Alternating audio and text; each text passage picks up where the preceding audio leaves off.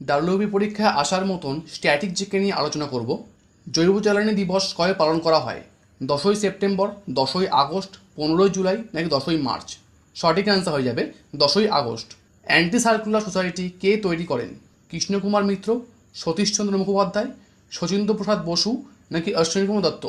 সঠিক অ্যান্সার হয়ে যাবে শচীন্দ্র প্রসাদ বসু। ধূসর পাণ্ডুলিপি গ্রন্থের রচয়িতাকে? জীবনানন্দ দাশ, কাজী নজরুল ইসলাম, সুকুমার সেন নাকি রবীন্দ্রনাথ ঠাকুর? সঠিক অ্যান্সার হয়ে যাবে জীবনানন্দ দাশ।